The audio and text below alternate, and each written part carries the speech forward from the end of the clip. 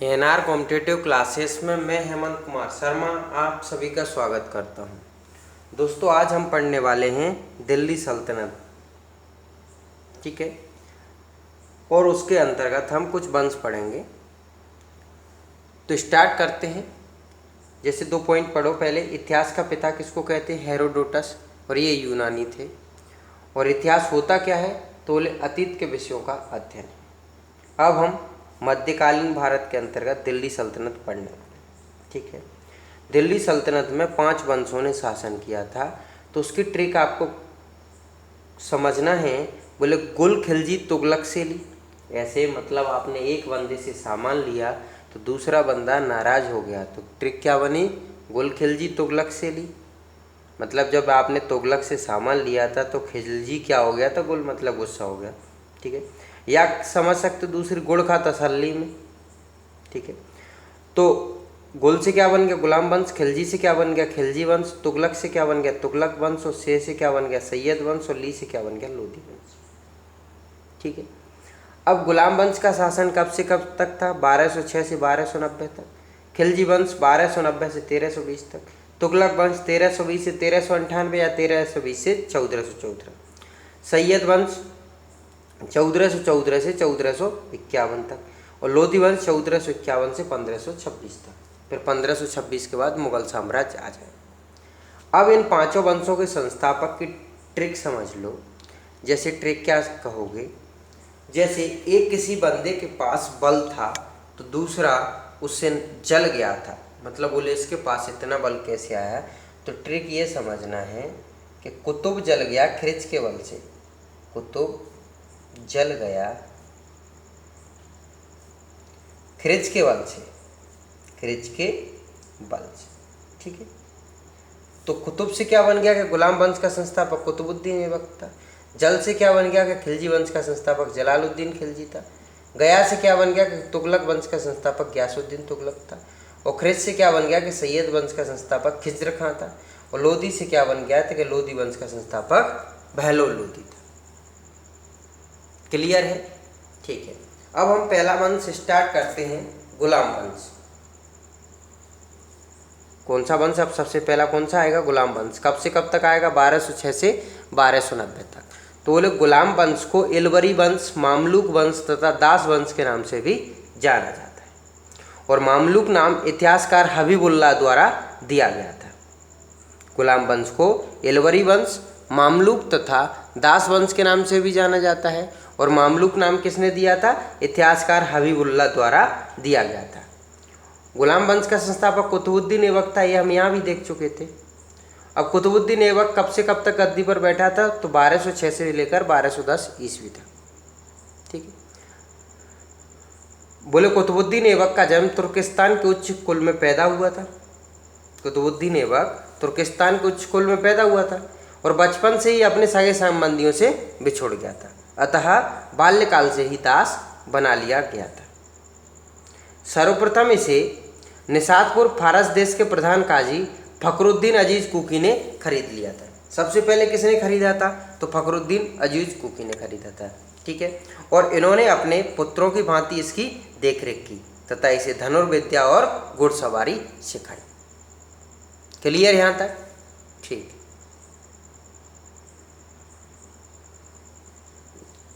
बोले ऐबक तुर्क जनजाति का था और ऐबक एक तुर्की शब्द है। ऐबक तुर्क जनजाति का था, ऐबक एक तुर्की शब्द है और ऐबक का अर्थ होता है चंद्रमा का देवता, ठीक है। बोले ऐबक बाल्यकाल से ही प्रतिभा का धनी था। ऐबक दिल्ली का प्रथम तुर्क शासक था और उसे ही भारत में तुर्की राज्य का संस्थापक माना जाता है, ठीक है।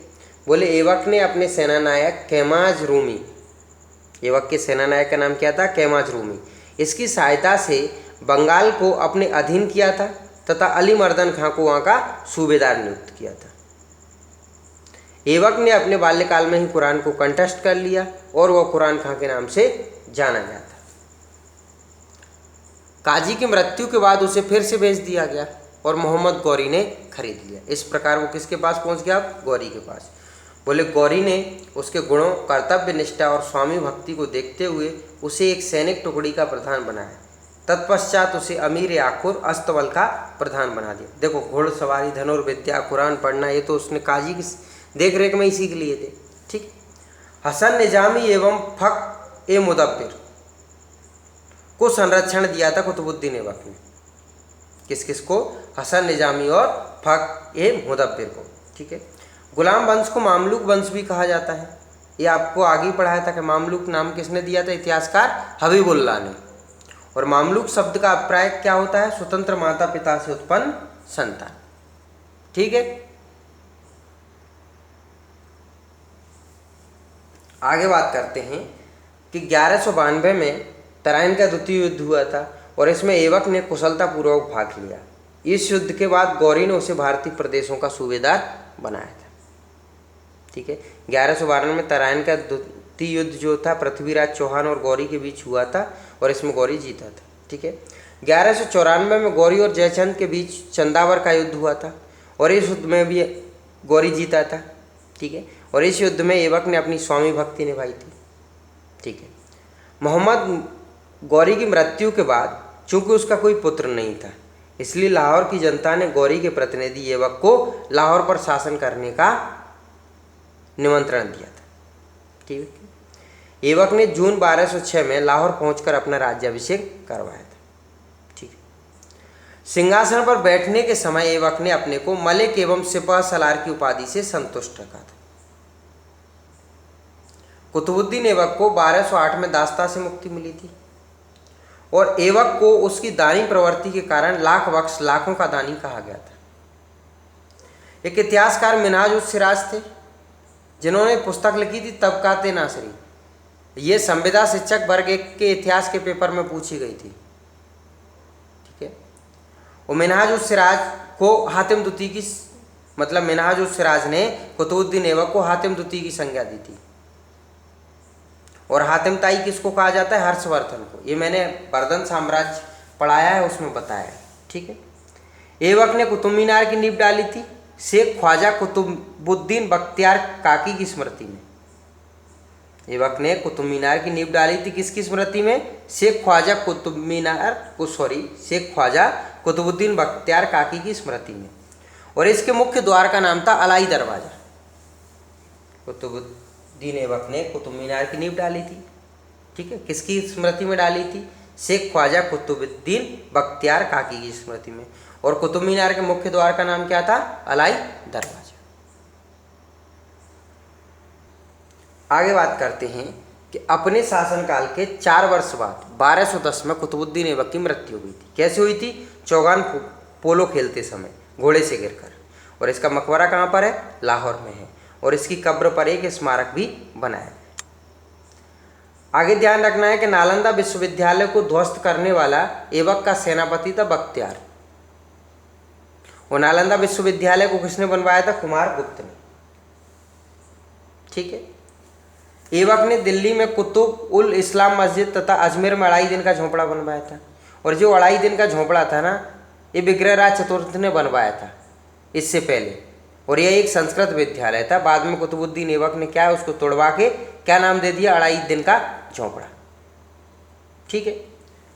आगे बात करते हैं कि अगला कुतुबुद्दीन ऐबक की मृत्यु के बाद कौन बैठा था? आराम शाह। ये 8 महीने शासन किया था और 1210 से 1211 तक बैठा था। ठीक है। कुतुबुद्दीन ऐबक की मृत्यु के बाद उसका पुत्र आराम शाह लाहौर के सिंहासन पर बैठा था। ठीक है। आराम शाह की अयोग्यता को देखते हुए दिल्ली के तुर्क अमीरों ने कुतुबुद्दीन ऐबक के दामाद, दास एवं बदायूं के सूबेदार, कुतुबुद्दीन ऐबक का दामाद भी था, दास भी था और बदायूं का सूबेदार था इल्तुतमिश, इसको दिल्ली के राज सिंहासन पर बैठने के लिए आमंत्रित किया था। 1210 में आराम शाह और इल्तुतमिश के बीच जोटिया जुद नामक स्थान पर युद्ध हुआ था और इसमें आराम शाह हार गया और मारा गया। इसके बाद इल्तुतमिश दिल्ली की गद्दी पर बैठ गए। ठीक है। आगे बात करते हैं इल्तुतमिश के बारे में कि इल्तुतमिश 1211 से 1236 तक गद्दी पर बैठा था। यह सुल्तान बनने से पूर्व बदायूं का गवर्नर था। अभी बताया था मैंने कि कुतुबुद्दीन ऐबक का दास था। ठीक है। दामाद था और उस टाइम पर ये बदायूं का गवर्नर था। ठीक है। इल्तुतमिश को दिल्ली सल्तनत का वास्तविक संस्थापक माना जाता है। यह राजधानी लाहौर से दिल्ली लाया था। ठीक है। यह दिल्ली का पहला शासक था जिसने सुल्तान की उपाधि धारण की थी। इल्तुतमिश इलवरी जनजाति का तुर्क था एवं सम्मी वंश का था। इल्तुतमिश ने 1229 में बगदाद के खलीफा अल मुस्तनसिर बिल्लाह से सुल्तान के पद की वैधानिक स्वीकृति प्राप्त की थी। कब? 1229 में। और ऐसा करने वाला ये पहला शासक था। इसके बाद दूसरा मोहम्मद बिन तुगलक हुआ था और 1924 में मुस्तफ़ा कमाल पाशा ने इस पद को समाप्त कर दिया था। क्या ध्यान रखना है कि 1229 में इल्तुतमिश ने बगदाद के खलीफा अल मुस्तनसिर बिल्लाह से सुल्तान के पद की वैधानिक स्वीकृति प्राप्त करी थी और ऐसा करने वाला ये पहला शासक था। और दूसरा कौन था? मोहम्मद बिन तुगलक। और 1924 में मुस्तफ़ा कमाल पाशा ने इस पद को समाप्त कर दिया। ठीक है। इसने सर्वप्रथम दिल्ली के अमीरों का दमन किया था और इल्तुतमिश के समय अवध में पृथु विद्रोह हुआ था। इल्तुतमिश के समय अवध में कौन सा विद्रोह हुआ था? पृथु विद्रोह। ठीक है। इल्तुतमिश ने मुल्तान तथा लाहौर पर अधिकार किया तथा एल्दौज और कोवेचा की शक्ति को समाप्त किया था। ठीक है। आगे बात करते हैं। एल्दौज से तराइन का तृतीय युद्ध होता है। तराइन का तृतीय युद्ध इल्तुतमिश और एल्दौज के बीच होता है। मैं युद्धों के वीडियो में पढ़ाया हूँ और जिसमें इल्तुतमिश जीत जाता है। ठीक है। इल्तुतमिश ने राजस्थान के नागौर के अतारकिन का दरवाजा बनवाया था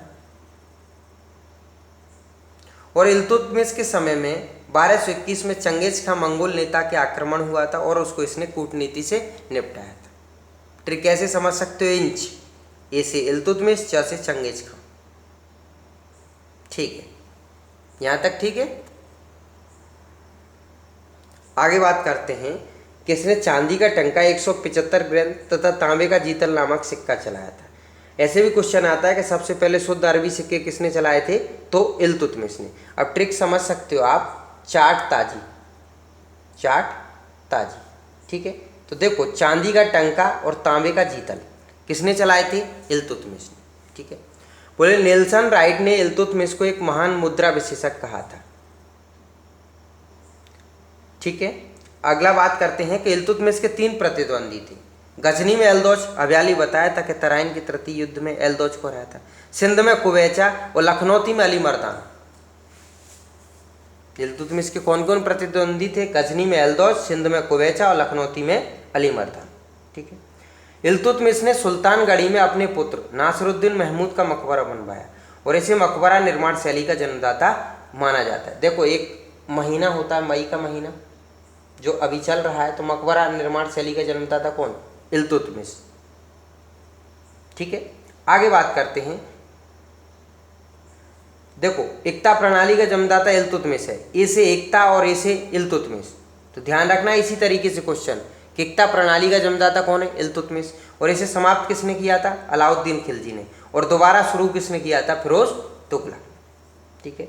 इल्तुतमिश ने सुल्तान की सेना के निर्माण का विचार किया था और इल्तुतमिश ने 40 तुर्क सरदारों का एक मंत्रिमंडल बनाया जिसे 40 दल या तुर्कान चैलगानी कहा जाता है। 1226 में रणथंभौर व मंदसौर को लूटा था। इसने विदिशा और उज्जैन के मंदिर को भी लूटा था। और 1236 में इल्तुतमिश की मृत्यु हो जाती है और इसकी मृत्यु के बाद उसका पुत्र रुकनुद्दीन फिरोज गद्दी पर बैठा था। ठीक है। यहाँ तक आगे बात करते हैं कि जो रुकनुद्दीन फिरोज था ये अयोग्य शासक था और इसके शासनकाल में इसकी मां शाह तुर्कान शासन पर छाई रहती है, जिससे तुर्की अमीरों ने परेशान होकर रुकनुद्दीन को गद्दी से हटाया और रजिया को गद्दी पर बिठा दिया। इल्तुतमिश ने लाल रंग को न्याय का प्रतीक घोषित किया था एवं फरियाद के लिए न्याय की जंजीर लगवाई थी। इल्तुतमिश ने दिल्ली में एक मदरसा भी बनवाया था। इल्तुतमिश ने राजपुताना तथा मालवा के राज्यों को अपने अधीन किया था 1234-35 में और उज्जैन पर आक्रमण कर महाकाल मंदिर भी लूटा था।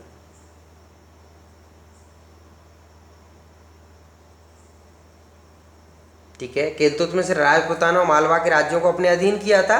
ठीक है। और 1234-35 में उज्जैन पर आक्रमण कर महाकाल मंदिर लूटा था। आगे बात करते हैं कि कुतुबुद्दीन ऐबक ने कुतुबी इल्तुतमिश ने शमसी तथा बलबन ने बलबनी शासन की व्यवस्था की थी। देखो कुतुबुद्दीन में कुतुबी नाम से स्पष्ट है, बलबन में बलबनी ये भी नाम से स्पष्ट है। ये मैंने आगे पढ़ा दिया था कि इल्तुतमिश ने शमसी। ठीक है,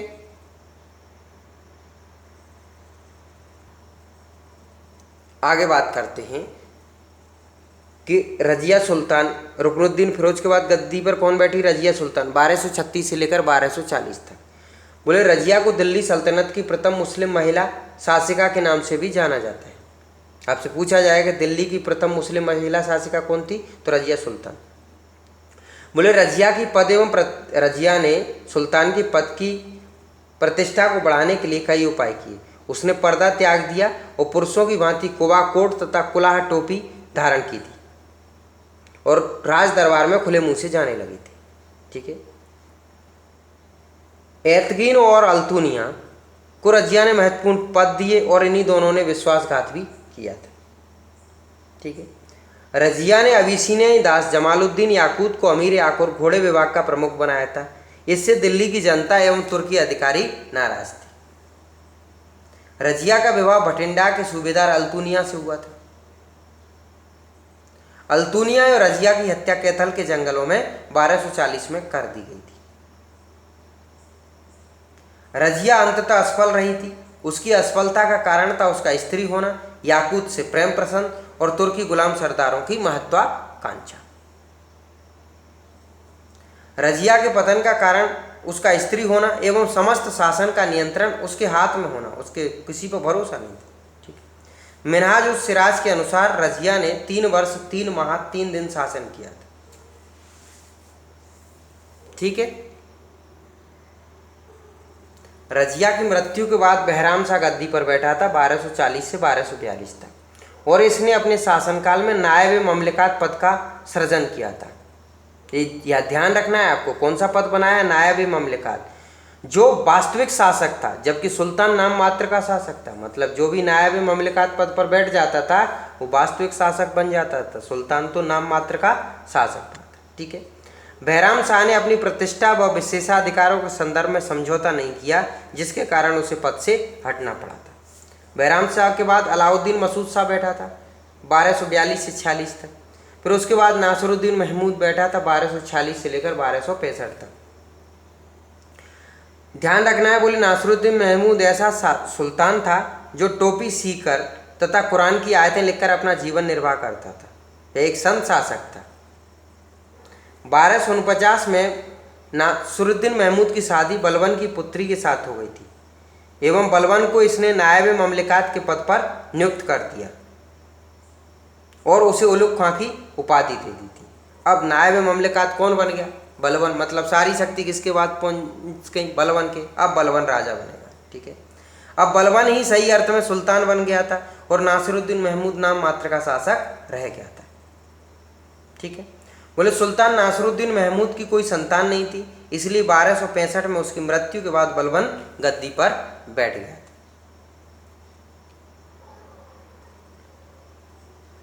आगे बात करते हैं कि गयासुद्दीन बलबन 1266 से लेकर 1287 तक बैठा था। बलबन इलवरी जाति का तुर्क था और इसे इल्तुतमिश ने खरीदा था। ठीक है, आरिज विभाग बनवाया था बलबन ने और इक्तादारों में भ्रष्टाचार रोकने के लिए, मैं अभी पढ़ाया था कि इक्तादारी प्रणाली कौन लाया था? इल्तुतमिश। ठीक, तो इक्तादारों में भ्रष्टाचार रोकने के लिए ख्वाजा नाम के नए अधिकारी की नियुक्ति की थी। ठीक है, अब बलबन से संबंधित पॉइंटों की आपको एक ट्रिक याद रखना है। बोले बलबन ने निजी एसपी से लोचा किया। मतलब आप जैसे ट्रिक को ऐसे समझना है, आपका खुद का ही आदमी था, उसी से आपने पंगा ले लिया।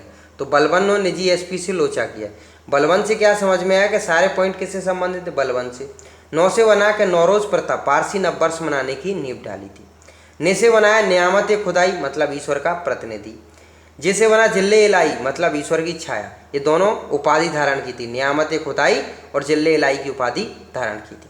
अब एस से बना के सिजदा प्रथा और पी से बना पावोस प्रथा। सिजदा प्रथा मतलब घुटनों के बल बैठकर सुल्तान के सामने सुर झुकाना और पावोस मतलब पेट के बल लेटकर सुल्तान के पैरों को चूमना। ये दोनों प्रथाएं सुल्तान की प्रतिष्ठा को बढ़ाने के लिए उसने शुरू की थी। से मतलब सिद्धांत, देवी राजत्व सिद्धांत प्रतिपादित किया था। लो से बना लो एवं रक्त की नीति, मतलब खून का बदला खून, अपनाई थी। इसके समय में ही लखनऊ हत्याकांड मतलब तुगरेल बेग का विद्रोह हुआ था।